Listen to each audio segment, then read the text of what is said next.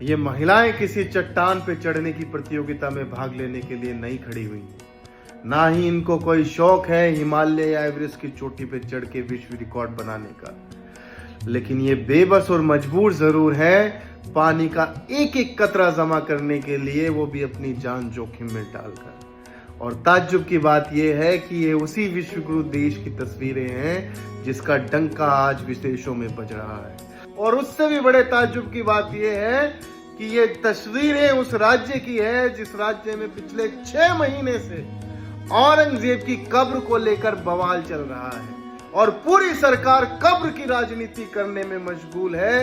इन महिलाओं की स्थिति पर, इन महिलाओं के क्षेत्र में पानी की स्थिति पर किसी का कोई ध्यान नहीं है।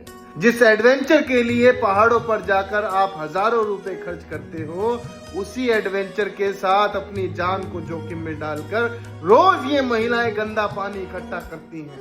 आप सोचिए कि कैसे ये इसका उपयोग खाने, पीने, नहाने और कपड़े धोने में करते हो। आपको इनकी दशा का अंदाजा भी नहीं है।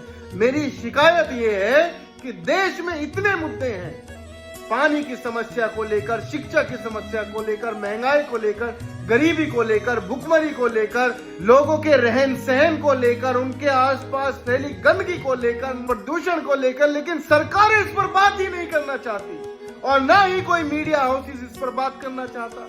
वास्तविकता यह है कि इन महिलाओं की दयनीय स्थिति भी 10 मिनट बाद आपके दिमाग से गायब हो जाएगी, क्योंकि आप दूसरी रील देखने में मशगूल हो जाएंगे। वही फिर कब्र, मंदिर, मस्जिद की राजनीति में आपको मजा आने लगेगा।